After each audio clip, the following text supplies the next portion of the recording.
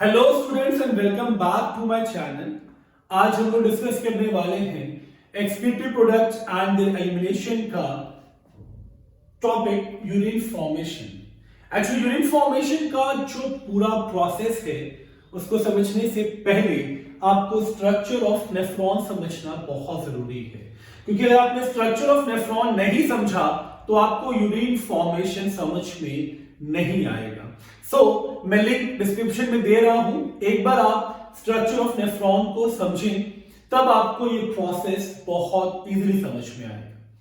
तो urine formation मैं बहुत सिंपली कहूं तो प्रोसेस इंडिकेट करता है filtration of blood and after filtration of blood the removal of nitrogenous waste from the body. And urine का मतलब ही यहां पे नाइट्रोजिनस वेस्ट का एलिमिनेशन है by the process of excretion. So ये जो कंप्लीट स्टेप, ये कंप्लीट जो प्रोसेस है यूरिन फॉर्मेशन, ये 3 सिंपल स्टेप्स में हम लोग आज समझने वाले हैं। And that steps are ultrafiltration,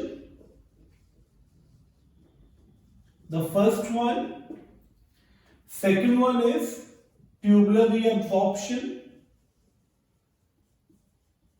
reabsorption, and the third one is tubular secretion. It's tubular secretion. So one by one इस स्टेप को आज मैं समझाने की कोशिश करूंगा एंड वीडियो के एंड तक अगर आप बने हो तो ये कंप्लीट प्रोसेस आपको बहुत इजीली समझ में आने वाला है। So let's start with the first process, that is ultrafiltration. Actually ultrafiltration का जो प्रोसेस है ये नेम से ही इंडिकेट हो रहा है कि फिल्ट्रेशन अंडर हाई प्रेशर होने वाला है, because ultra indicates the pressure of the entire filtration. मैं इस बात को बहुत इजीली समझाने की कोशिश करूंगा। अब आप इस डायग्राम पे फोकस करिए। ये डायग्राम यानी स्ट्रक्चर ऑफ नेफ्रॉन, मैं इसे प्रीवियस वीडियो में ये टॉपिक एक्सप्लेन कर चुका हूं, और जिसने ये वीडियो देखा है तो वो ये बात जानते हैं कि ये जो पोर्शन है ये अफरेंट आर्टियोल है, एंड ये जो अफरेंट आर्टियोल है ये रीनल आर्टरी का कन्वर्जन। सपोज ये रीनल आर्टरी है एंड रीनल आर्टरी का ये कन्वर्जन है अफरेंट आर्टियोल। ओके, अब ये जो रीनल आर्टरी का कन्वर्जन हुआ है अफरेंट आर्टियोल की फॉर्म में, तो ये अंडरस्टूड है जो आर्टरी है वो वाइडर है, एंड जो आर्टियोल है, सपोज ये आर्टरी है, इसका डायमीटर आप देख रहे हो, इसका ल्यूमेन देख रहे हो, इट्स वाइडर, एंड इसके बाद जो इसकी ब्रांच है दैट इज आर्टियोल, इसका ल्यूमेन आप देखिए, इसका डायमीटर देखिए कम है, तो ये अंडरस्टूड है प्रेशर इंक्रीज होगा। प्रेशर इंक्रीज होगा ना, क्योंकि अगर आप किसी वाटर ट्यूब को या वाटर पाइप को कभी आप अपने प्लांट्स में अगर वाटरिंग कर रहे हो तो अगर आप उस पाइप को कंप्रेस्ड करो, दबाओ, तो क्या होता है, प्रेशर बढ़ता है। प्रेशर बढ़ता है ना, तो इसी प्रेशर को हम यूज करके फिल्ट्रेशन करेंगे। और ये चीज नीट में पूछी भी जाती है कि फिल्ट्रेशन प्रोसेस होता कहां पे है, एंड फिल्ट्रेशन प्रोसेस में कंपोनेंट कौन कौन से इन्वॉल्व है। तो इस प्रोसेस को हम लोग समझेंगे बहुत सिंपली, अल्ट्राफिल्ट्रेशन को। तो अल्ट्राफिल्ट्रेशन के लिए सबसे इंपॉर्टेंट चीज क्या है? अल्ट्राफिल्ट्रेशन के लिए पहली चीज है formation of filtration slits. Filtration slits, and ये जो फिल्ट्रेशन स्लिट है ये काम कैसे करेगा ये मैं समझाने की कोशिश करूंगा। देखिए, ये जो रीनल आर्टरी आप देख रहे हो, ये अंडरस्टूड है, इसमें ऑक्सीजनेटेड ब्लड लेके ये आर्टरी जा रहा है टुवर्ड्स द किडनी, एंड जब ये कन्वर्ट होगा अफरेंट आर्टियोल में तब भी जो ब्लड होगा यहां पे वो ऑक्सीजनेटेड होगा, एंड इसके प्लाज्मा में वो सारे ऑर्गेनिक एंड इनऑर्गेनिक मिनरल्स भी होंगे, एंड जब ये एंटर करेगा बॉम्बिंग कैप्सूल पे ये जो पोर्शन आप देख रहे हो cup like structure, this is bomb capsule, sorry ये जो double wall cup like structure है बॉम्ब कैप्सूल। एंड ये जो नेटवर्क आप देख रहे हो यहाँ पे अफरेंट आर्टियोल का in the form of capillaries, और ये 50 कैपिलरीज प्रेजेंट होती है at the Bowman capsule region. तो ये पूरा जो नेटवर्क है कैपिलरीज का, ओके, तो that portion is known as glomerulus. तो बॉम्ब कैप्सूल का कुछ कंपोनेंट एंड कुछ कंपोनेंट ग्लोमेरुलस का इन्वॉल्व होगा in the formation of filtration slit. And filtration slit क्या है? ये छन्नी का काम करेगा और छन्नी से जो कंपोनेंट फिल्टर होके इस ल्यूमेन की तरफ एंटर करेगा, उस कंपोनेंट को हम फिल्ट्रेट बोलेंगे। तो पहले समझने की कोशिश करते हैं कि ये प्रोसेस होगा कैसे। तो मैं इस चीज को बाहर ड्रॉ कर रहा हूं ताकि आपको समझ में आए फिल्ट्रेशन स्लिट है क्या। तो सपोज ये एक मैं स्ट्रक्चर ले रहा हूं छोटा सा बॉम्ब कैप्सूल का। तो ये बॉम्ब कैप्सूल का पार्ट है, ओके, और ये है इसका ब्लड कैपिलरी। तो ये ब्लड कैपिलरी हो गया। एंड ब्लड कैपिलरी में भी आप जानते हो सिर्फ एक पतली सी लेयर होती है, दैट लेयर इज एंडोथेलियम। तो एक एक कंपोनेंट को बहुत ध्यान से आपको समझना है, तब ये टॉपिक आपको समझ में आएगा। तो दैट कंपोनेंट इज एंडोथेलियम, और इस एंडोथेलियम में, इस ब्लड कैपिलरी में जो माइन्यूट पोर है, मैं ये पोर शो कर रहा हूं, ये पैसेज शो कर रहा हूं, ठीक है। ये जो पोर्स आप देख रहे हो, that pore is known as fenestra. And इससे होगा क्या?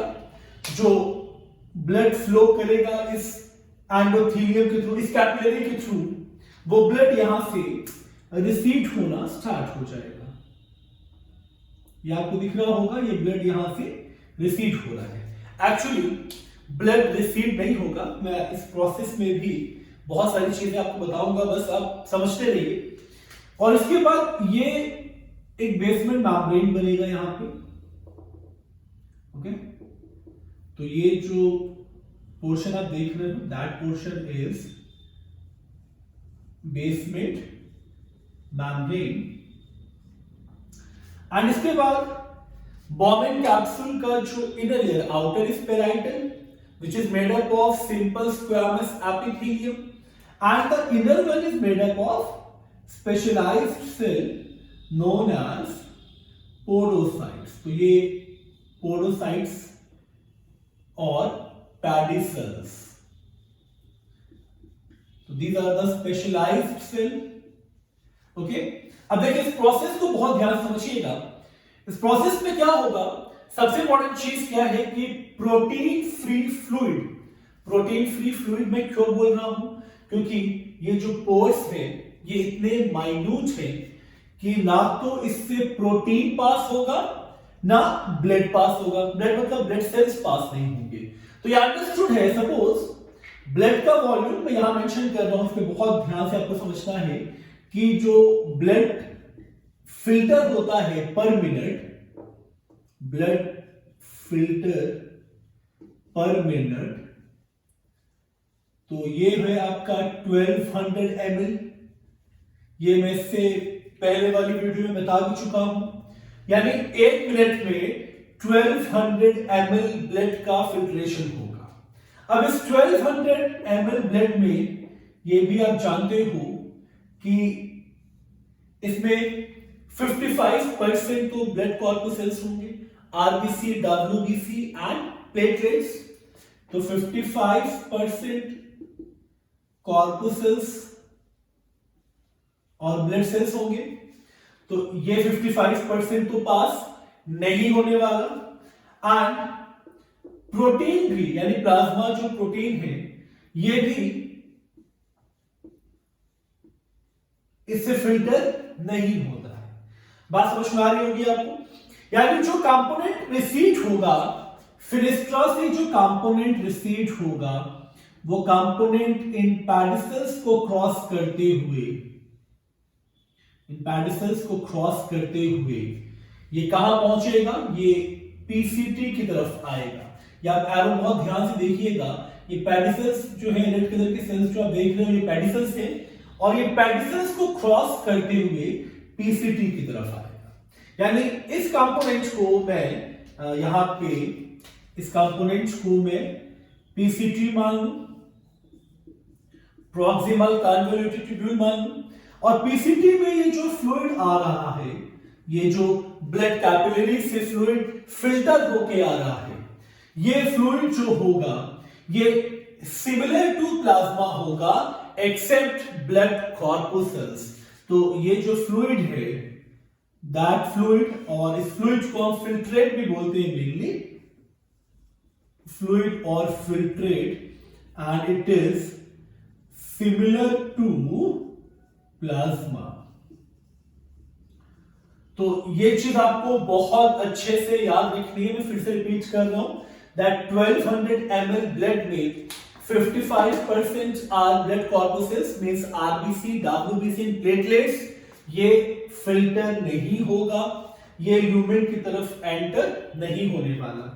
देन प्रोटीन को भी हम माइनस कर लें, क्योंकि 45% जो कंपोनेंट बचा that component is plasma, and उस 45% कंपोनेंट में भी प्लाज्मा प्रोटीन फिल्टर नहीं होगा। जो कंपोनेंट जब रिसीट होगा, ये देखिए रिसीट कहां से होगा?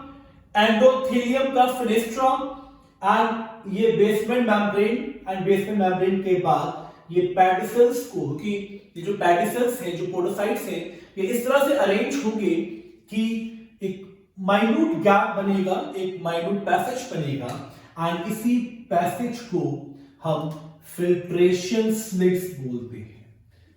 तो ये फिल्ट्रेशन स्लिट आपको बहुत अच्छे से याद रखना है, एंड फिल्ट्रेशन स्लिट के थ्रू जो फ्लूइड छन के, जो फ्लूइड फिल्टर होके ल्यूमेन की तरफ एंटर होगा, it is similar to plasma but except plasma protein as well as blood corpuscle.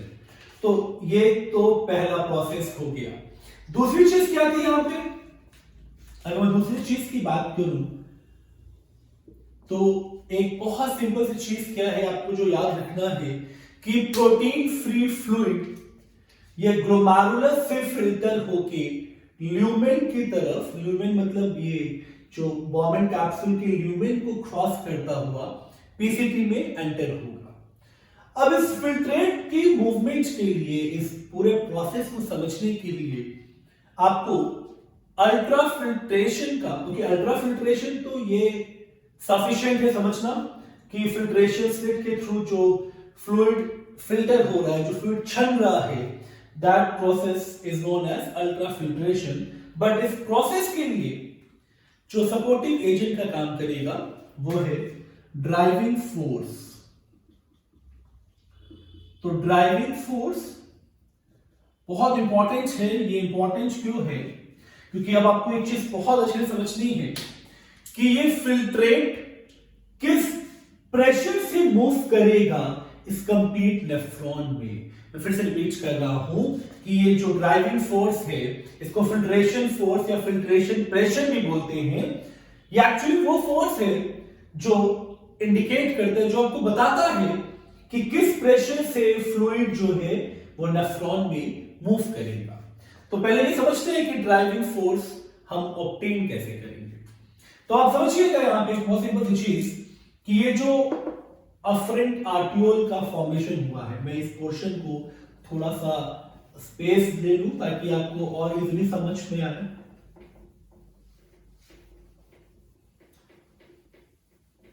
तो ये जो प्रोसेस है आपका ड्राइविंग फोर्स का, तो ड्राइविंग फोर्स को समझना बहुत इजी है। तो इजी इसलिए है क्योंकि अब आप देखिए यहां पे ये रीनल आर्टरी है, ओके, एंड ये अफरेंट आर्टियोल जो कन्वर्जन के बाद फॉर्म हुई है।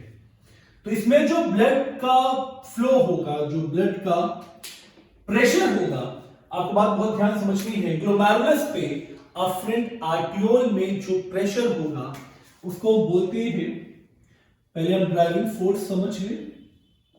Okay, driving force. तो driving force is obtained by the glomerular hydrostatic pressure, glomerular hydrostatic pressure. And ये ग्लोमेरुलर हाइड्रोस्टैटिक प्रेशर का मतलब क्या है कि जिस प्रेशर से अफरेंट आर्टियोल में ब्लड फ्लो कर रहा है in the glomerulus region, that pressure is 75 mm Hg। Okay, ये बहुत अच्छे से याद रखना है। ये डेटा थोड़ा सा वरी कर सकता है, कुछ बुक्स में 60 भी दिया हुआ है, कुछ बुक्स में 70 भी दिया हुआ है, तो इसको लेके बहुत घबराने की जरूरत नहीं है, क्योंकि आपको सिर्फ मेथड पता होना चाहिए कि कैसे हमें ये डिराइव करना है। तो पहली चीज तो आ गई glomerular hydrostatic pressure. Number 2, sum total of osmotic pressure of plasma, osmotic pressure of plasma protein. अब देखिए ये बात बहुत इंपॉर्टेंट है। देखिए प्लाज्मा प्रोटीन का मतलब क्या है, यहां पे प्लाज्मा जो ब्लड का फ्लूइड मैट्रिक्स है उसमें एल्बुमिन, ग्लोबुलिन, फाइब्रिनोजन, ये आपने शायद पढ़ा होगा सर्कुलेटरी सिस्टम में। तो ये प्लाज्मा प्रोटीन मैं भी बता रहा था आपको कि फिल्ट्रेशन स्लिट में प्लाज्मा प्रोटीन पास नहीं होगा। तो यहां जो ब्लड फ्लो कर रहा है, बात बहुत ध्यान से समझनी है आपको, यहां जो ब्लड फ्लो कर रहा है, मान लीजिए ये अफरेंट आर्टियोल है और यहां जो प्रेशर हमारा जो मेंटेन किया हुआ है हम लोगों ने वो 75 mm Hg है। बात समझ में आ रही होगी आपको। तो ये जो प्रेशर है ब्लड का अफरेंट आर्टियोल का, मेनली अफरेंट आर्टियोल में ब्लड का प्रेशर, तो ये तो कंप्लीट प्रेशर है, यानी इसमें कॉर्पुसेल्स भी इन्वॉल्व हैं, वाटर भी इन्वॉल्व है, ऑर्गेनिक इनऑर्गेनिक सॉल्ट्स भी इन्वॉल्व हैं एंड प्लाज्मा प्रोटीन भी इन्वॉल्व है। तो जब ये प्रेशर यानी 75 mm Hg से जब अफरेंट आर्टियोल ब्लड को फ्लो करेगा टुवर्ड्स द ग्लोमेरुलस, तो यहां पे जो पहले से प्लाज्मा का प्रोटीन प्रेजेंट होगा, क्योंकि इसमें पहले से भी कुछ ब्लड प्रेजेंट होगा। बात समझ में आ रही है आपको। ये ऐसे आपको समझना है कि ये आपका अफरेंट आर्टियोल है एंड इसके बाद ये कैपिलरीज बनी हुई है। ओके, ये कैपिलरीज बनी हुई है और इसके अंदर भी पहले से प्लाज्मा प्रोटीन प्रेजेंट होंगे। तो ये प्लाज्मा प्रोटीन करेगा क्या, ये प्लाज्मा प्रोटीन इस प्रेशर को रिटेंशन करेगा, रोकेगा, रेजिस्ट करेगा। तो रेजिस्ट करने से होगा क्या, प्रेशर कम होगा। तो अभी फिलहाल हम लोग एक चीज समझने की कोशिश कर रहे हैं। तो ये जो प्रोसेस था, यानी ब्लड फ्लो कर रहा था अफरेंट आर्टियोल में 75 mm Hg से, एंड इसको रिस्ट्रिक्ट किया है, इसको रोका है, इसको रेजिस्ट किया है प्लाज्मा प्रोटीन ने। तो ये जो प्रेशर है प्लाज्मा प्रोटीन का, ये है अराउंड 30 ml Hg। बात समझ में आ रही है आपको। And third is the pressure of filtrate, pressure of filtrate which are already present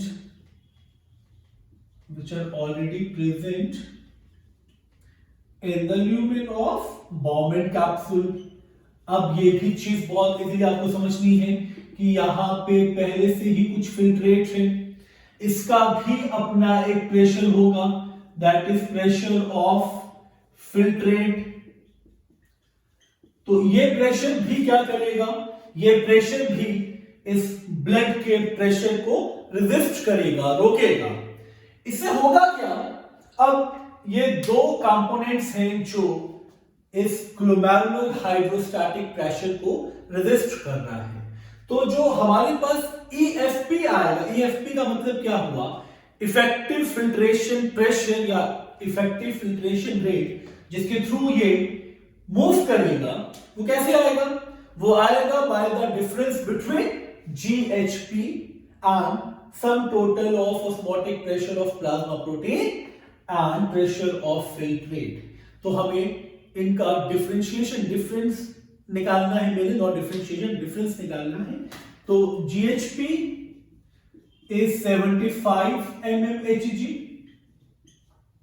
Okay, sum total of osmotic pressure of plasma is 30 mmHg and the pressure of filtrate है जो already lumen में present है उसका pressure है 20 mmHg. तो pressure of इसको PF लिख रहा हूं मैं, एब्रिविएशन यूज कर रहा हूं PF, that is pressure of filtrate, ये है 20 mmHg. So EFP is obtained by, EFP का भी आपको याद रखना है, effective filtration pressure. It is obtained by difference between GHP minus sum total of osmotic pressure of plasma protein plus pressure of filtrate already present inside the lumen. So GHP is 75 minus 30 plus 20, that is 75 minus 50, so 25 mmHg is EFP. तो ये भी data आपको याद रखना है, effective filtration pressure. अब why this pressure is important, इस pressure से यानी 25 mmHg से फिल्ट्रेट फ्लो करेगा in the entire lumen of nephron.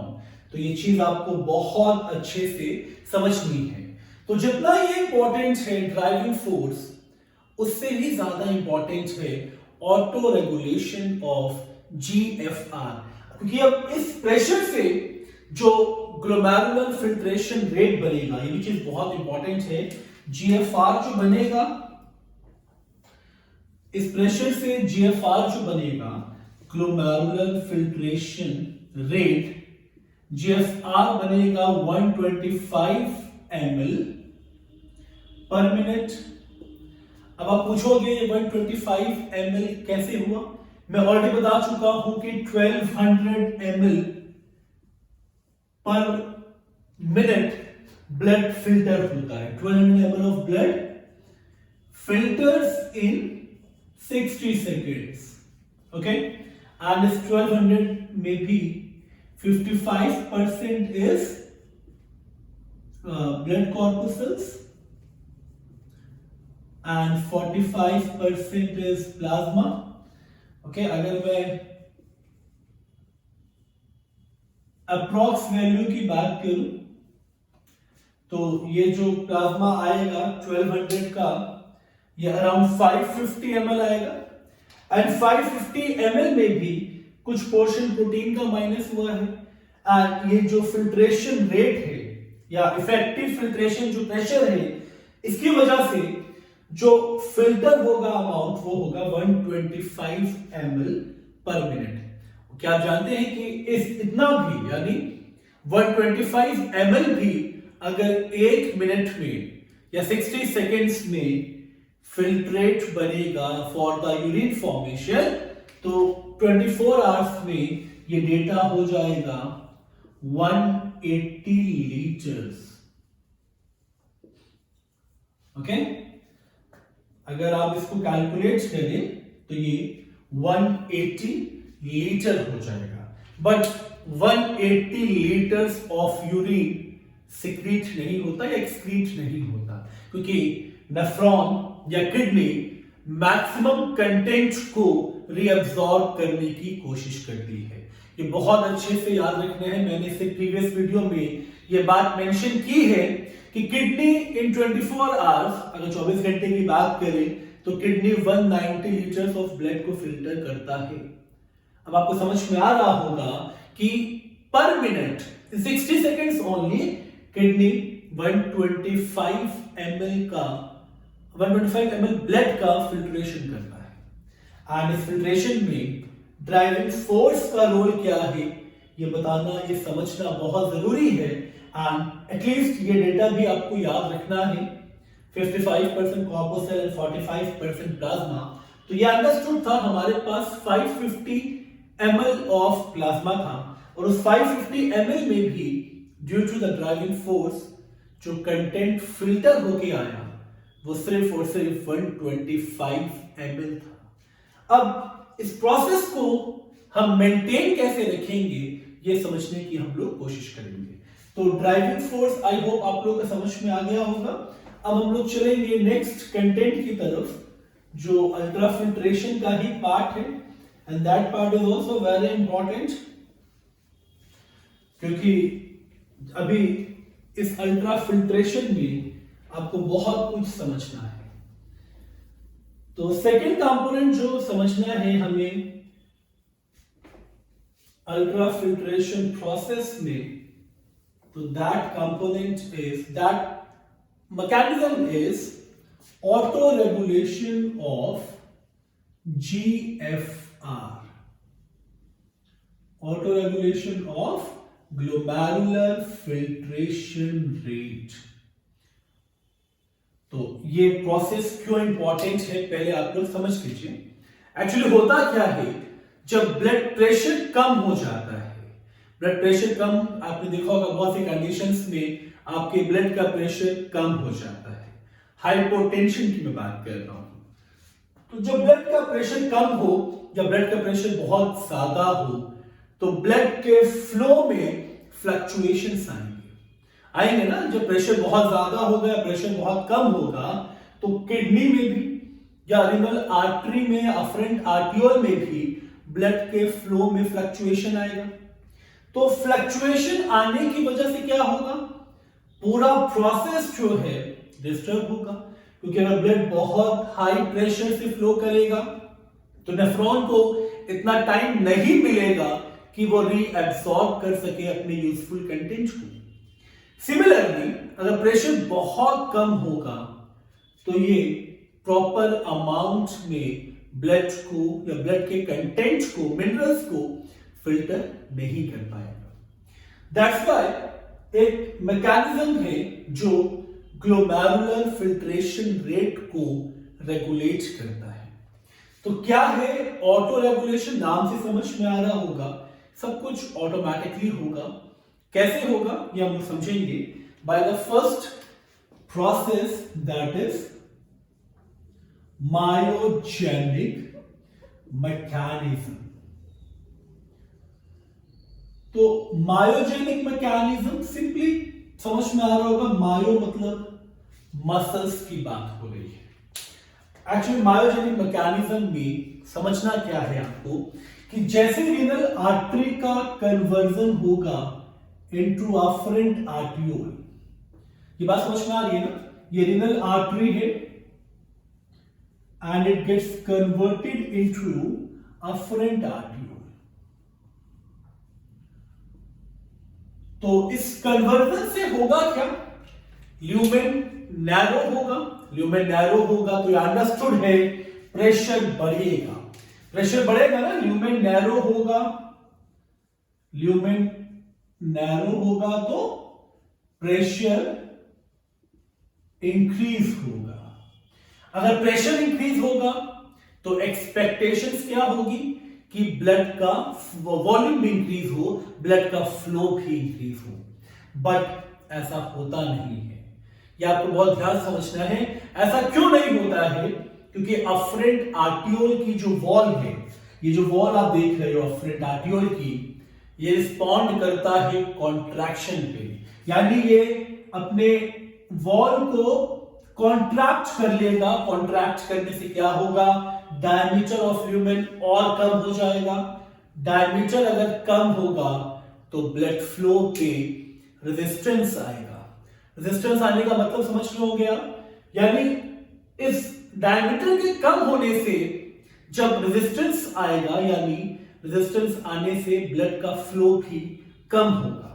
और ये क्यों जरूरी है, क्योंकि इस मैकेनिज्म से ये फ्लक्चुएशंस को अवॉइड करता है। तो बात समझ में आ गई होगी आपको कि रीनल आर्टरी जब कन्वर्ट होगी अफरेंट आर्टियोल में तो ल्यूमेन कम होगा, डायमीटर कम होगा, जिससे प्रेशर इंक्रीज होगा। जो प्रेशर इंक्रीज होगा तो एक्सपेक्टेड क्या था कि वॉल्यूम ऑफ ब्लड भी इंक्रीज हो, बट ऐसा होता नहीं है, because afferent arteriole respond to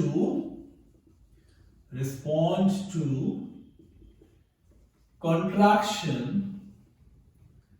respond of stretching की मैं बात कर रहा हूं, respond to contraction which decreases the lumen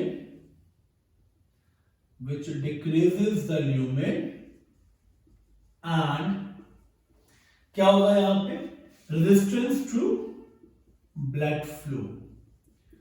तो ब्लड के फ्लो को ये रेजिस्ट करेगा, कम करेगा, एंड ये प्रोसेस से इंपॉर्टेंट है जिससे कि ब्लड प्रेशर में जो फ्लक्चुएशन होती है उसको ये मेंटेन कर सके।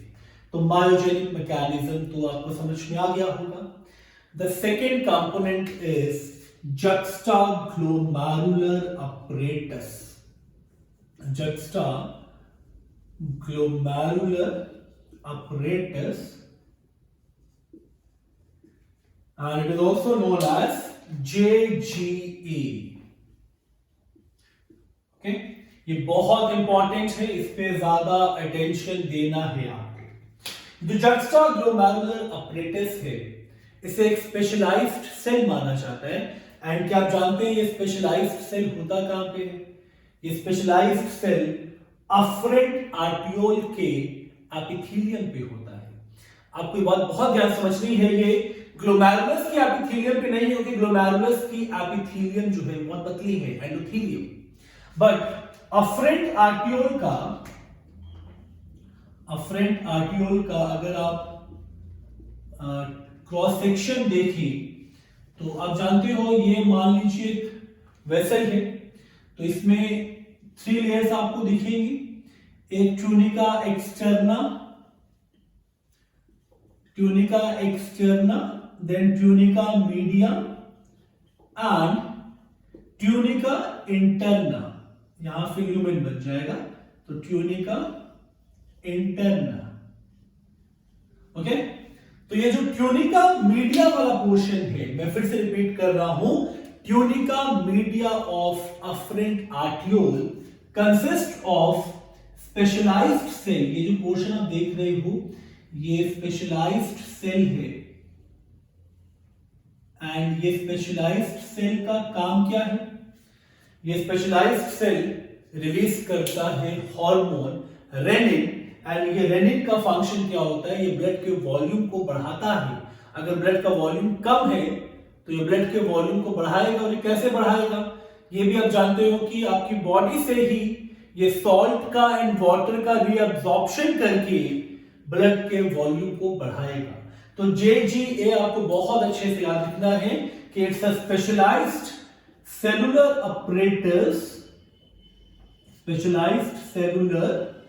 apparatus, and located in tunica media of afferent artiole,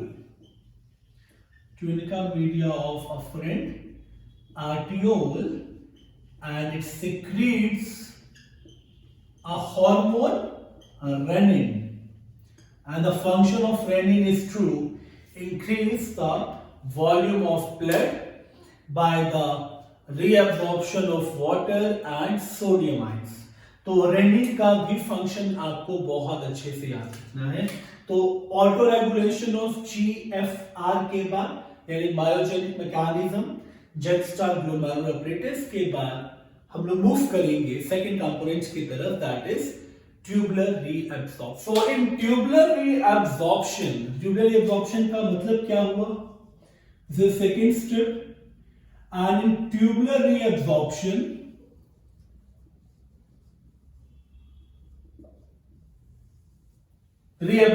of salts takes place। अच्छा, एक बात बहुत इजीली आपको समझनी है, ब्लड से जो कंपोनेंट रिसीव हुआ था वो कंपोनेंट था plasma, except plasma protein, but जो आयंस थे उसमें ऑर्गेनिक, इनऑर्गेनिक की फॉर्म में, उसका मैक्सिमम एब्जॉर्प्शन PCT ही कर लेता है। तो ये पूरा जो प्रोसेस है रीअब्जॉर्प्शन का at PCT then loop of Henle and then DCT, ये कैसे होगा इसको समझने की हम लोग अब कोशिश करेंगे। तो रीअब्जॉर्प्शन होगा by the two process that is active and passive. अब ये तो अंडरस्टूड है, एक्टिव प्रोसेस का मतलब क्या हुआ? एक्टिव प्रोसेस का मतलब हुआ कि यहां एटीपी का खर्च होगा, एक्सपेंडिचर ऑफ एनर्जी होगी। पैसिव प्रोसेस ये कंसंट्रेशन ग्रेडियंट पे ही बेस्ड होता है, दैट इज अ सब्सटेंस का movement from high concentration to low concentration. तो पहले हम लोग समझेंगे ट्यूबुलर रीअब्जॉर्प्शन में कि कौन कौन से सब्सटेंस एक्टिवली रीअब्सॉर्ब होंगे और कौन कौन से सब्सटेंस पैसिवली रीअब्सॉर्ब होंगे। तो फर्स्ट हम लोग देखेंगे एक्टिव रीअब्सॉर्प्शन वाले सब्सटेंस। तो एक्टिव रीअब्सॉर्प्शन में जो कंपोनेंट रीअब्सॉर्ब होगा उसमें glucose, amino acids, then 75% of sodium, ये 75 to 80% है मेनली। सोडियम के बाद potassium ions and sodium and potassium के बाद कैल्शियम आयंस। तो ये कंपोनेंट एक्टिवली रीअब्सॉर्ब होगा। अगर मैं पैसिवली रीअब्सॉर्प्शन की बात करूं तो पैसिव रीअब्सॉर्प्शन में जो कंपोनेंट कंसंट्रेशन ग्रेडियंट को फॉलो करके रीअब्सॉर्ब होगा उसमें 75% of water, then bicarbonate ions, chlorides and some amount of urea. ठीक है, एटलीस्ट ये डेटा तो आपको याद रखना है कि कौन कौन सा सब्सटेंस एक्टिव रीअब्सॉर्ब होगा, कौन कौन सा सब्सटेंस पैसिव रीअब्सॉर्ब करेगा।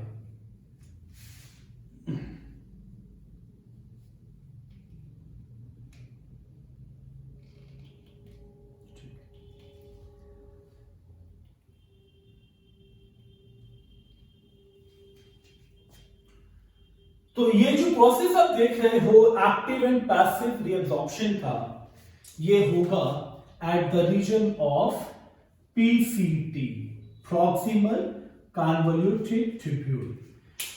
अब हम समझेंगे कि पीसीटी के बाद जो एब्जॉर्प्शन होगा वो होगा लूप ऑफ हेनले में। ओके, तो लूप ऑफ हेनले में रीअब्जॉर्प्शन कैसे होगा ये भी समझना बहुत इंपॉर्टेंट है। तो पहला तो हम लोग ये समझ लिया पीसीटी पे। सेकंड हम लोग देखेंगे लूप ऑफ हेनले का डिसेंडिंग लिंब। तो लूप ऑफ हेनले का डिसेंडिंग लिंब, तो डिसेंडिंग लिंब में भी आपको एक चीज का बहुत अच्छे से ध्यान रखना है कि ये जो थिक सेगमेंट है, ये बहुत इंपॉर्टेंट चीज मैं बताने जा रहा हूं। जो बॉम्बिंग कैप्सूल और पीसीटी का पोर्शन होता है ये किडनी में कॉर्टेक्स की तरफ होता है। फिर जैसे जैसे आप लूप ऑफ हेनले के डीपर आएंगे, ये जैसे जैसे मेडुला की तरफ आएगा ऑस्मोटिक प्रेशर जो है वो बढ़ेगा। इसका मतलब ये हुआ कि यहाँ पे जो प्रेशर था वो 300 OSML, मतलब ऑस्मोलैरिटी में इसको हम मेजर करेंगे, देन 400, सिमिलरली यहाँ पे अराउंड 800, 1000 एंड डीपर अगर आप आ जाएं तो ये 1200 तक पहुंच जाता है। तो इसका एडवांटेज हमें क्या मिलता है मेडुला में, क्योंकि जो पोर्शन आप देख रहे हो सराउंडिंग वाले फ्लूइड्स का, इसका एडवांटेज क्या मिलता है, कैसे रीअब्जॉर्प्शन होता है, इसको समझने की हम कोशिश करेंगे।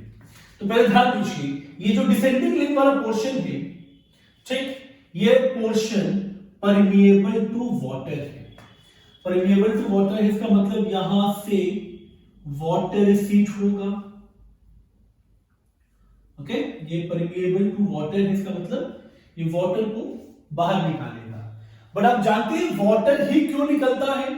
मैं फिर से रिपीट कर रहा हूं, ये बहुत इंपॉर्टेंट पार्ट है कि वाटर यहां से बाहर क्यों आया, क्यों ये परमिएबल हुआ वाटर के लिए, ये जानना बहुत जरूरी है। अब आप देखिए यहां पे हम लोगों ने सोडियम का एब्जॉर्प्शन किया था, ये एक्टिव रीअब्जॉर्प्शन में आप देखिए 70% ऑफ सोडियम का रीअब्जॉर्प्शन किया था हम लोगों ने।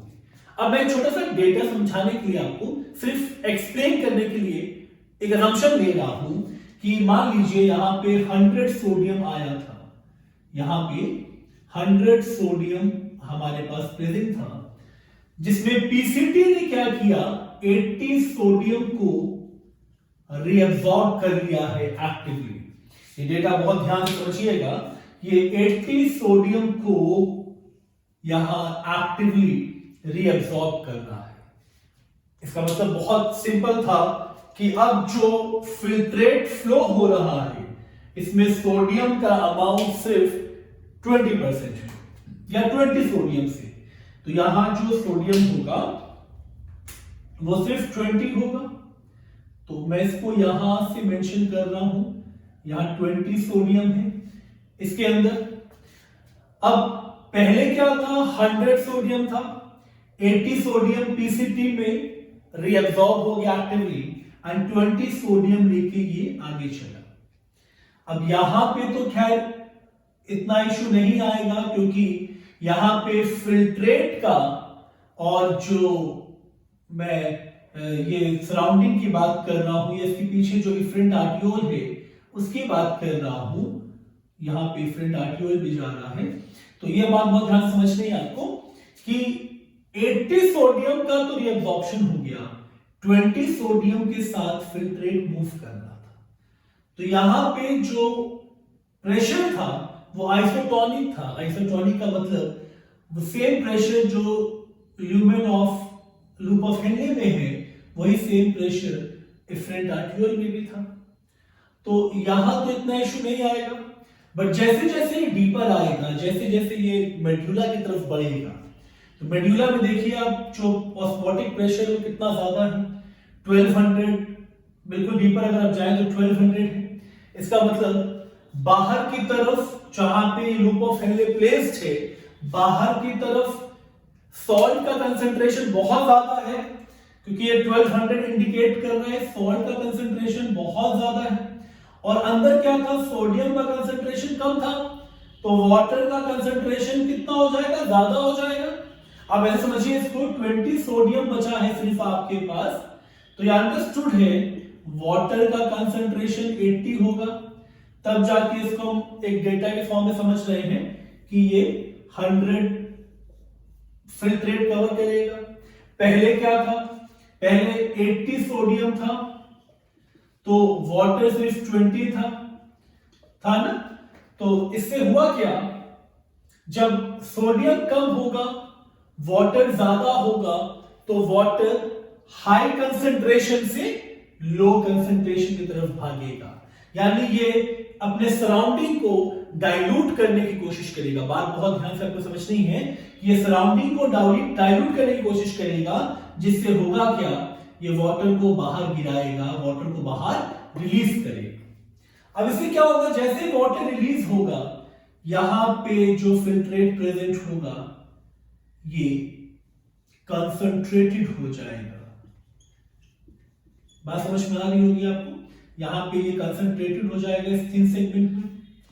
अब क्या होगा, यानी जब ये पानी को बाहर गिरा देगा, वाटर को बाहर रिलीज कर देगा, तो यहां से जब ये फ्लो करेगा असेंडिंग लिंब की तरफ, अब क्या होगा, ये अब पानी कम हो चुका है क्योंकि वाटर को ये रीअब्सॉर्ब करा गया, रिलीज कर चुका है।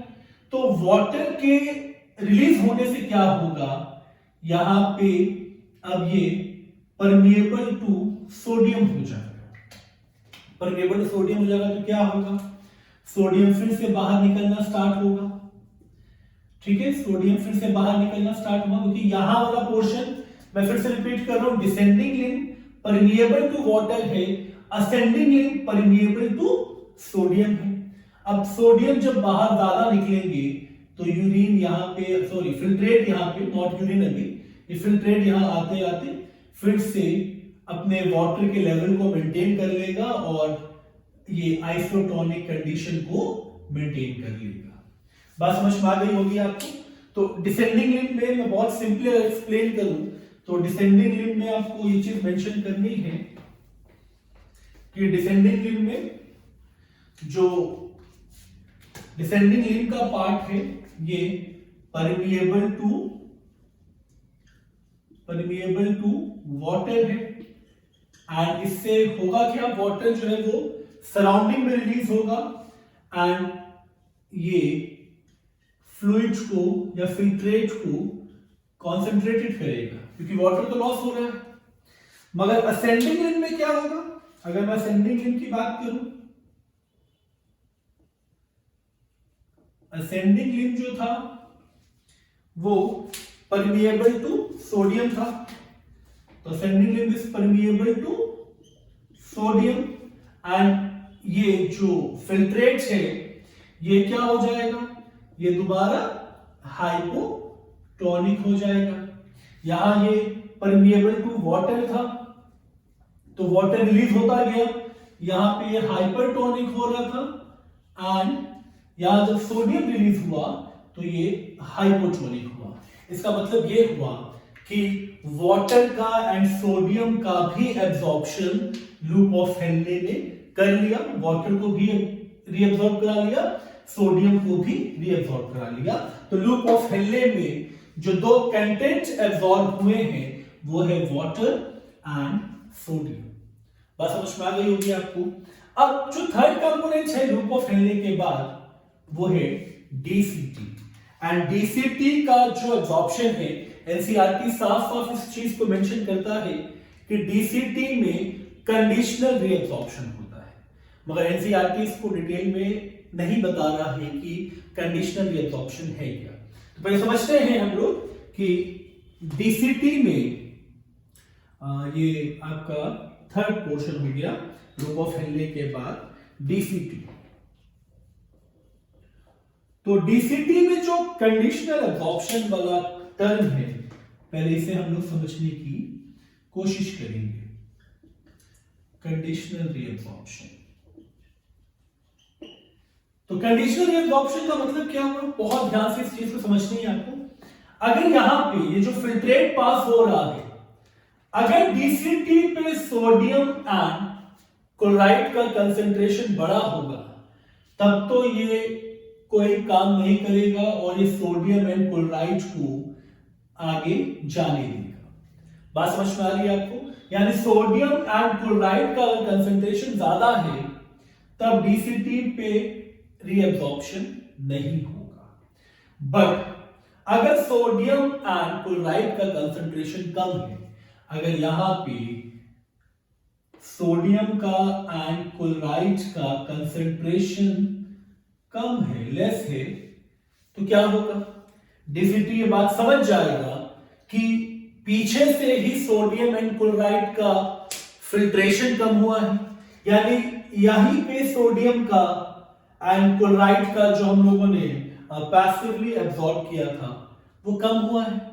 और सोडियम एंड क्लोराइड का रीअब्सॉर्प्शन कम क्यों हुआ, क्यों यहां पे सोडियम एंड क्लोराइड कम पहुंचा है, या आप देख रहे हो ना, सोडियम एंड क्लोराइड का लेस कंसेंट्रेशन होगा तभी ये रीअब्सॉर्प्शन करेगा।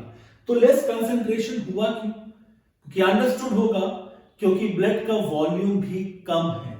अगर ब्लड का वॉल्यूम कम होगा तो जाहिर सी बात है ब्लड 1200 ml की बजाय और कम आया होगा।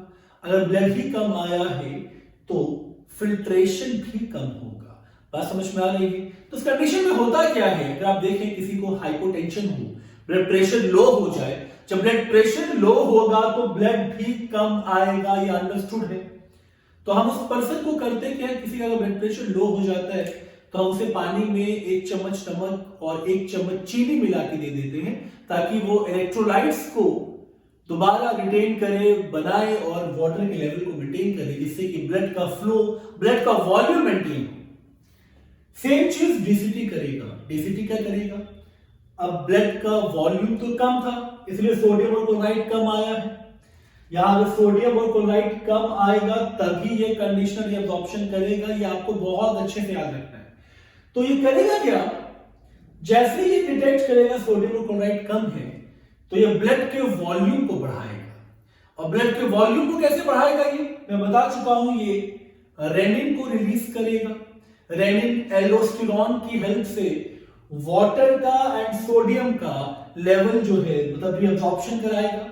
और ये वाटर एंड सोडियम जाके कहां एंटर होंगे, या एंटर होंगे ब्लड के प्लाज्मा में, तो ब्लड का वॉल्यूम भी बढ़ेगा। तो ये चीज आपको बहुत अच्छे से याद रखनी है। DCT में if sodium and chlorides are less in amount, अगर अमाउंट में कम होगा सोडियम एंड क्लोराइड अगर ये कम होगा, देन DCT क्या करेगा, DCT एक्टिवेट करेगा रेनिन को एंड रेनिन के साथ एल्डोस्टेरोन को। एंड ये रेनिन एंड एल्डोस्टेरोन का फंक्शन क्या है, ये रेनिन और एल्डोस्टेरोन रीअब्जॉर्प्शन करेगा वाटर का एंड सोडियम का, वाटर का एंड सोडियम का to increase the volume of blood. बात समझ में आ गई होगी आपको। तो ये है कंप्लीट ट्यूबुलर रीअब्जॉर्प्शन प्रोसेस। मैं ऑलरेडी बता चुका हूं पीसीटी पे जो एब्जॉर्प्शन होगा वो एक्टिव एंड पैसिव दोनों प्रोसेस के थ्रू होगा।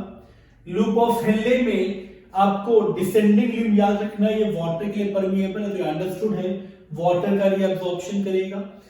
अब जो असेंडिंग लिम्ब है ये सोडियम के लिए परमिएबल है, तो सोडियम का रीअब्जॉर्प्शन यहां होगा। एंड डीसीटी पे कंडीशनल रीअब्जॉर्प्शन होगा। अब हम लोग समझेंगे थर्ड स्टेप को, दैट इज ट्यूबुलर सिक्रीशन। तो ट्यूबुलर सिक्रीशन का बहुत इंपॉर्टेंट रोल है यूरिन की फॉर्मेशन में, क्योंकि सिक्रीशन के through certain ions like potassium, hydrogen ions and some another salts ये डायरेक्टली जो है सिक्रीट होगा, यानी ये जब रीअब्सॉर्ब होगा फ्रॉम द पीसीटी तो ये एंटर करेगा इफरेंट आर्टियोल में। And this step is very important to maintain the ionic balance or pH of the body fluid. तो सबसे छोटा सा स्टेप है एनसीईआरटी में, इसको एक लाइन में मेंशन किया गया है। एटलीस्ट आपको ये याद रखना है, the tubular secretion is all about the secretion of essential ions, mainly the potassium, hydrogen ions, and इनका सिक्रीशन जो होगा वो जो रीअब्जॉर्प्शन हो रहा है। आप इस प्रोसेस को ध्यान से समझिएगा। जो सब्सटेंस ये ल्यूमेन से रिलीज होगा वो सब्सटेंस इफरेंट आर्टियोल में एंटर करेगा। और ये क्यों इंपॉर्टेंट है, जिससे कि सब्सटेंस लॉस्ट ना हो और दोबारा ब्लड सर्कुलेशन में एंटर कर जाए, जिससे आयनिक बैलेंस मेंटेन रहे, पीएच मेंटेन रहे। एंड इस प्रोसेस के बाद यूरिन का फॉर्मेशन जो हम लोग देखते हैं रीअब्जॉर्प्शन एंड सिक्रीशन के बाद, तो जो अमाउंट सिक्रेट हो जाता है टुवर्ड्स द कलेक्टिंग ट्यूब्यूल या कलेक्टिंग ट्यूब्यूल के बाद कलेक्टिंग डक्ट, उस पोर्शन को हम यूरिन की फॉर्म में मेंशन कर लेते हैं। और जो कंपोनेंट ल्यूमेन से इफरेंट आर्टियोल में आ जाता है एसेंशियल कंपोनेंट्स की फॉर्म में, एंड ये इंपॉर्टेंट क्यों है, क्योंकि ये पीएच को मेंटेन करता है, आयनिक बैलेंस को भी मेंटेन करता है। तो आई होप यूरिन फॉर्मेशन का प्रोसेस आपको समझ में आया होगा। इस टॉपिक को बहुत अच्छे से आप समझे, क्योंकि नेट में इससे काफी सारे क्वेश्चंस आपको देखने को मिलेंगे। तो प्लीज चैनल को लाइक करें, शेयर करें एंड सब्सक्राइब करें। Thank you so much.